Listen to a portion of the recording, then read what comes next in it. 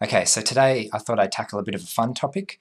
A lot of Aspies I know have told me that they just don't get flirting or how it works. So today I thought I would break it down in a bit of a systematic way and see if I can shed some light on what's going on behind the scenes. So flirting is a connection between two people. So to make that work, the goal is feedback. So I'm going to outline 4 levels of communication to make that possible, and then go into a little bit about how that can actually be used.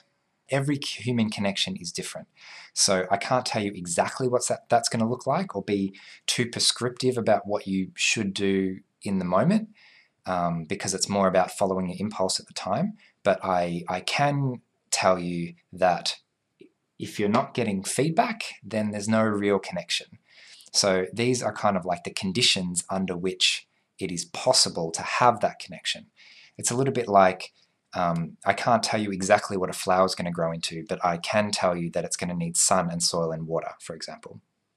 Okay, so let me try and explain what I've drawn here with the 4 levels of communication.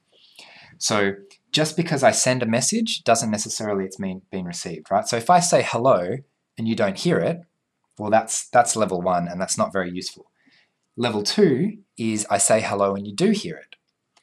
Level 3 is I say hello, you hear it, and I know that you hear it. And level 4 is I say hello, you hear it, I know that you hear it, and you know that I know that you've heard it.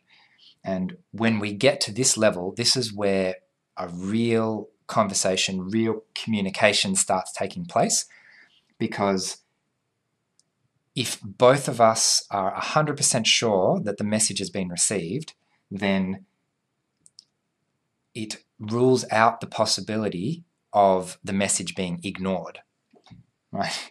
Up here, for example, I say hello and you heard it, but I don't know that you heard it. If you ignore it, then I'm not really sure what's going on. Are you not responding because you didn't hear what I said, or are you not responding because you don't want to talk to me?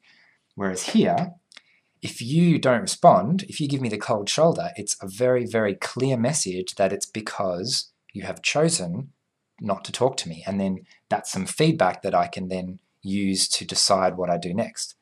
On the other hand, if you do respond well, then it's also some feedback. It means I do know that you're happy to interact with me, and maybe we can step the level up a little bit. So let me give you another example of why it's so important to be at this level, right? Let me use touch as an example, right? I'm touching you and you don't know that I'm touching you, right? Creepy. I'm touching you and you know that I'm touching you, but I'm not sure that you know. Creepy. Don't go there. I know that you know, but you're not sure that I know. It's borderline. I'm not, you don't really want to hang around there very long. Whereas here, everything is out in the open. We both know that we both know. And this means that if I get a positive reaction, that's great. If I get a negative reaction, at least I know that that's a negative reaction, and I can start to modify my behavior based on the feedback that I'm getting. And the reason that feedback is so important is because ultimately flirting is about a connection between two people. And if you don't have feedback, you don't have a connection. Now, the reason I'm emphasizing this is because people often associate flirting with being subtle, right? And that's perfectly true, because when two people have a connection, it's almost like they're communicating on their own special frequency and using really, really subtle communication that no one else in the room can understand. But the two people who are on that wavelength, they get it. And that's part of what makes it so exciting, because it's like you're sharing this secret language with someone and you're playing with someone in a way that only you two can really appreciate. So flirting is supposed to be subtle. How do we make sure it's not creepy, right? It needs to be at this level where no matter how subtle it is, you have to be 100% sure that the other person knows that you know that they know that you know, right? Okay, so I'm hoping that some of this is making sense. And so the next step is, how do you actually use it in real life? And again, I can't tell you all of the steps, but I can tell you what the first step looks like. And the first step is the smallest interaction you can think of that satisfies this criteria. And that first step could be something as simple as a hello, right? So long as we're both sure that the message was heard, then we're communicating. So I've got 3 examples here. It could be a look, a word, or a touch. So a look could be, catching someone's eye or a little wink or something. Words is pretty obvious, something you say to another person, often with some kind of innuendo or some kind of meaning that doesn't necessarily mean anything, but if you're on the same wavelength, then they will understand. And that's kind of the fun of it. It's almost like, that's right, we're on the same wavelength, we're connected, and I'm asking you to read my mind. Are you thinking what I'm thinking? Because yeah, that's where I'm going with this. And then touch is pretty straightforward as well. There's lots of very stereotypical flirts involving touch.